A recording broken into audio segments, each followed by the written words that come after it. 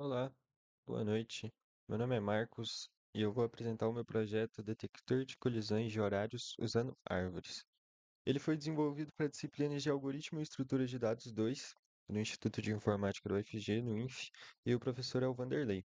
Eu vou explicar como que eu concebi a ideia, desenvolvi o código e implementei as estruturas da árvore, para a gente poder resolver esse problema. Então, vamos lá. A equipe é formada só por mim, Marcos Alexandre Duarte Souza. Aqui está o meu e-mail. E a agenda da apresentação é o seguinte: primeiro eu vou falar um pouco mais do problema, depois eu vou falar da arquitetura da solução, depois eu vou falar mais especificamente da implementação, vou dar uns exemplos de uso da aplicação e a bibliografia. Então, vamos lá. Para começar, vamos entender o contexto. Em instituições de ensino, a gente tem um problema conhecido como timetable, ou então um conflito de horários.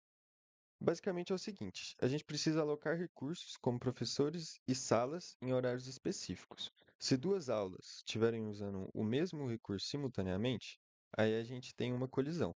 Essa colisão ela gera transtorno operacional e insatisfação dos alunos mesmo, alunos, docentes, e basicamente o nosso objetivo, entre aspas, o meu objetivo foi criar uma ferramenta que leia um CSV com todos os dados das aulas e identifique automaticamente essas inconsistências, esses conflitos de horários. A entrada é no formato de CSV. As informações elas incluem professor, instituição, solução, unidade, curso, turma, disciplina, sala, número de estudante, nível de colisão e tipo de colisão, entre outros. Os dados da saída é o seguinte: a gente tem duas saídas. A saída no terminal, que só vai sair as entradas que correspondem às colisões no horário e que formam uma árvore, que essa árvore ela vai indicar onde as colisões estão acontecendo, seguindo a hierarquia que foi passada no PDF. A gente também tem a saída gerando um arquivo CSV, que ela só altera três colunas. Ao todo são 30 colunas no arquivo de CSV de entrada, mas a saída ela só altera as últimas três colunas: o ID Collision Type, Collision Level e Collision Size. Bom, no problema das colisões, a gente tem quatro tipos de colisão. A- Nenhuma colisão, né? Colisão de professor, colisão de sala e os dois, professor e sala. E a gente tem três níveis de colisão: nenhuma, total e parcial. É meio autoexplicativo, mas, por exemplo, uma colisão do tipo professor é porque um professor está em duas aulas ao mesmo tempo. Uma de sala é porque a sala está sendo usada por dois professores ao mesmo tempo. Professor e sala é os dois.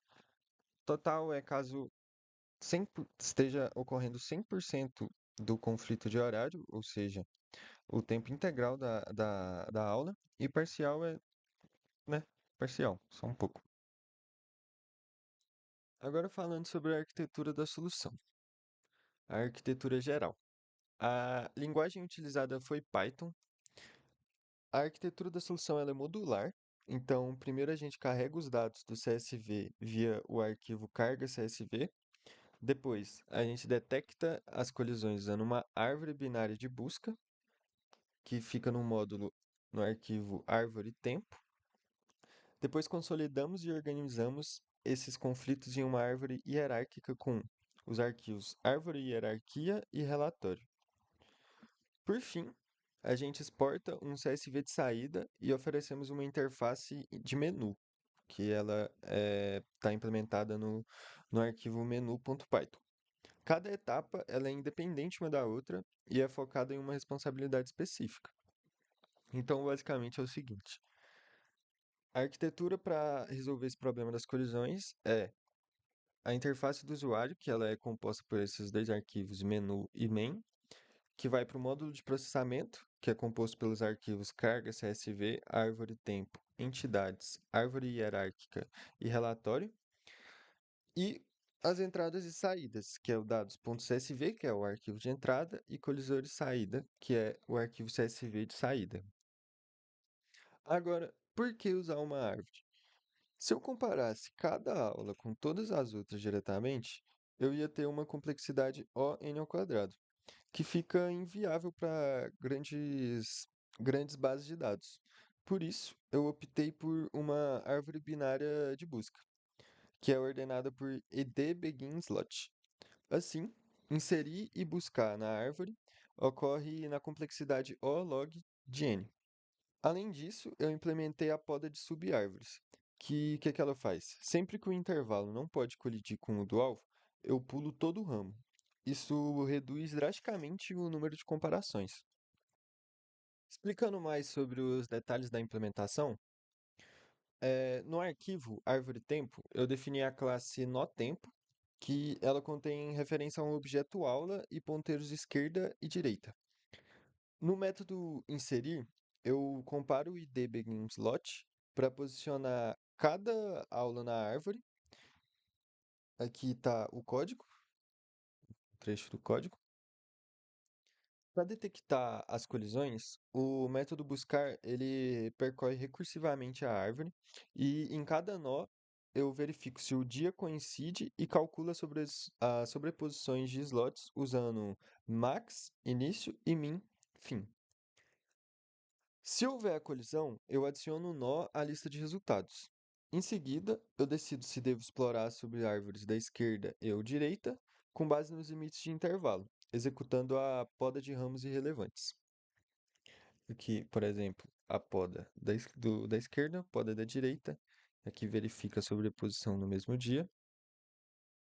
Explicando mais sobre o registro das colisões, para cada conflito detectado, eu calculo o tamanho colisão como o fim menos o início vezes 15 minutos. Eu defino o tipo colisão como PRF, se for conflito de professor, SAL, se for de sala, ou PRF SAL, se for os dois.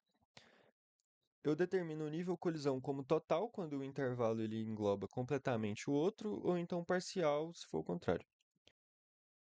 Agora, sobre a árvore hierárquica, com as colisões registradas, eu construo a árvore hierárquica no arquivo árvore hierarquia e a classe nó hierarquia representa os níveis de instituição, unidade, curso e turma no método registrar.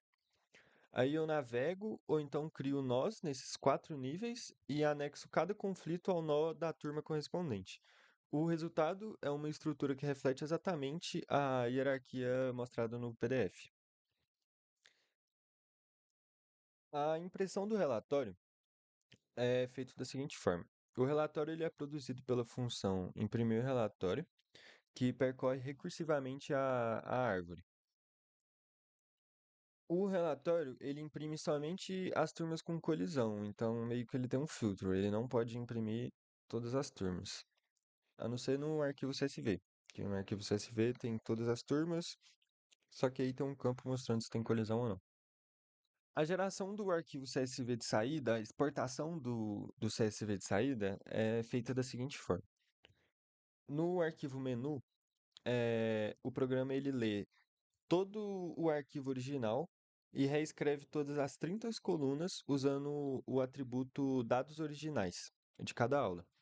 Só que o programa ele só substitui as colunas 28 a 30, que é as colunas de tipo colisão, nível colisão e tamanho colisão. Agora eu vou dar uma demonstração de uso de como que você pode usar o programa. Basicamente, como eu expliquei anteriormente, o programa ele é formado por esses arquivos, árvore e hierarquia, árvore tempo, carga CSV, que é o de carregar as aulas, entidade, o main, o menu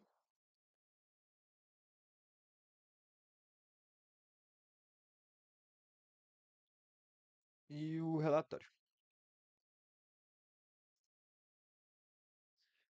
Para você utilizar ele é assim, basicamente assim. Ele vai te dar esse menu com essas 5 opções. Primeiro você carrega os dados, ele vai carregar, aqui carregou 68 aulas. Depois você detecta as colisões, ele vai falar detecção de colisões concluída. Agora você Pode, agora que você já carregou os dados e detectou a colisão, você pode tanto imprimir o relatório, que ele vai fazer a impressão aqui no terminal, ou então você exporta o CSV de saída. Primeiro eu vou imprimir o relatório aqui no terminal.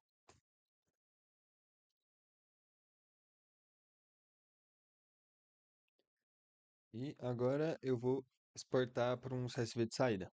Ele vai gerar esse arquivo aqui.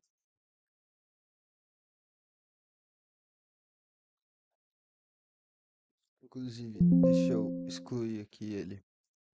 Gerar de novo. Aqui. E a última opção que é sair. Bem simples, mas esse é o programa. Agora, alguns exemplos de uso. O programa, ele identifica e lista os conflitos parciais ou completos envolvendo docentes ou ambientes físicos, recursos físicos como sala, ou então recursos como, por exemplo, um projetor, um notebook, uma extensão, qualquer coisa assim nesse sentido. Para ele funcionar, tem que ter uma entrada num arquivo CSV, né? Então tem que ter um agendamento prévio, por exemplo, grades horárias, nesse caso. Agora sobre o público-alvo e a versatilidade. A ferramenta, ela funciona principalmente para instituições de ensino públicas particulares, ou então centros de preparação acadêmica, como pré-vestibular e tudo mais. Instituições nesse contexto. Além disso, ela é adaptável para redes colaborativas de instituições que compartilham professores ou infraestrutura. Ela otimiza o gerenciamento de recursos. Basicamente é isso. Essa é a solução do problema. Você gerenciar os recursos que você tem. A bibliografia utilizada foram essas.